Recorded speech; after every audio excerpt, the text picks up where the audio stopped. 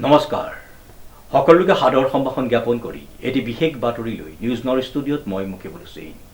সাংস্কৃতিক নগৰী যোৰহাটৰ চাৰিগাঁও কলা মন্দিৰৰ প্ৰেক্ষাগৃহত নৃত্যগীতৰ বিদ্যালয় নৃত্যালয়ৰ প্ৰথম বৰ্ষপূৰ্তি অনুষ্ঠান অনুষ্ঠিত হৈ যায়। নিউজ নাওৰ এক বিশেষ প্ৰতিবেদন।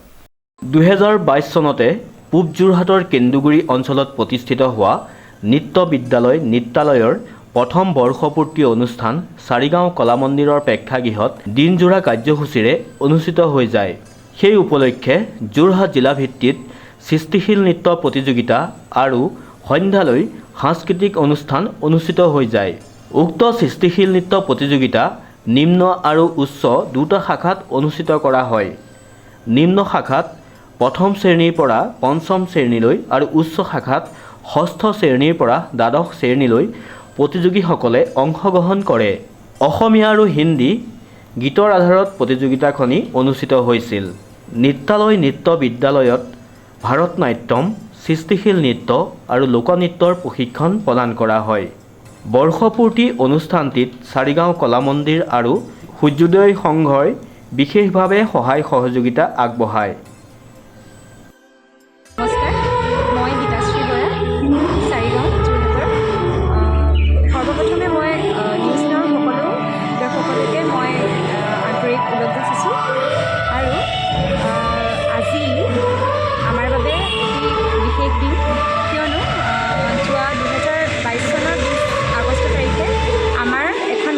নৃত্য বিদ্যালয় প্ৰতিষ্ঠা কৰা হৈছিলে নৃত্যালয় নামেৰে।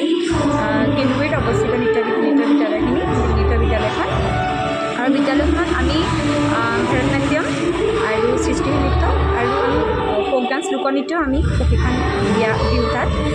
আৰু আজি সেই বিদ্যালয়খিনিৰ প্ৰথম বাৰ্ষিক অনুষ্ঠান হিচাপে আমি আজি পুৱাৰ পৰা আমি এখন সৃষ্টিশীল নৃত্যৰ যোৰহাট জিলাৰ ভিতৰত এখন সৃষ্টিশীল নৃত্যৰ প্ৰতিযোগিতা ৰাখিছোঁ আৰু সন্ধ্যালৈ আমাৰ আকৰ্ষণীয় সাংস্কৃতিক অনুষ্ঠান আছে।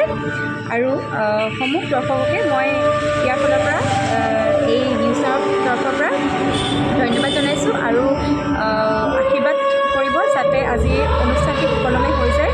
পুৱাৰ পৰা যি অনুষ্ঠান এয়া সকলো আপোনালোকে দেখা পাবই। ইয়াত সকলো প্ৰতিযোগীয়ে কেনেদৰে পাৰফৰ্মেঞ্চ কৰিছে আৰু সকলো কৰ্মকৰ্তাক আৰু বিশেষকৈ নাম উল্লেখ কৰিব লাগিব।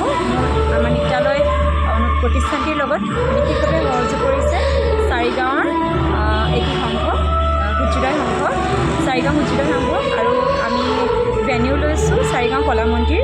আৰু এই দুটা প্ৰতিষ্ঠানে আমাক বিশেষভাৱে সহায় কৰিছে, তাৰ বাবে তেওঁলোকলৈ এই চেগতে ধন্যবাদ জনাইছোঁ। ধন্যবাদ সকলোলৈকে।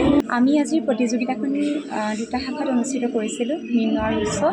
নিম্ন শাখা প্ৰথম শ্ৰেণীৰ পৰা পঞ্চম শ্ৰেণীলৈকে আৰু উচ্চ শাখা ষষ্ঠ শ্ৰেণীৰ পৰা দ্বাদশ শ্ৰেণীলৈকে। আৰু আমি দুটা ভাষাৰ অসমীয়া আৰু হিন্দী ভাষাৰ ভিত্তিত আমি প্ৰতিযোগিতাখন অনুষ্ঠিত কৰিছোঁ।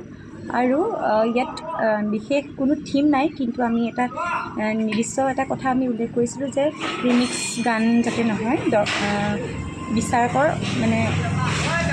বিচাৰ কৰাত অলপ অসুবিধাৰ সৃষ্টি হয়। সেইকাৰণে আমি সেইটো বস্তুৰ কথা আমি উল্লেখ কৰিছিলোঁ। আমি সময় 3 মিনিটৰ ভিতৰত ৰাখিছিলোঁ। গতিকে প্ৰতিযোগিতাখন সুন্দৰভাৱে চলি আছে, আশা কৰিছোঁ ভালদৰে চলি যায় সকলোলৈকে। শ্ৰীমন্ত মাধৱ বৰুৱাৰ ৰিপৰ্ট, নিউজ নাও 24/7 যোৰহাট।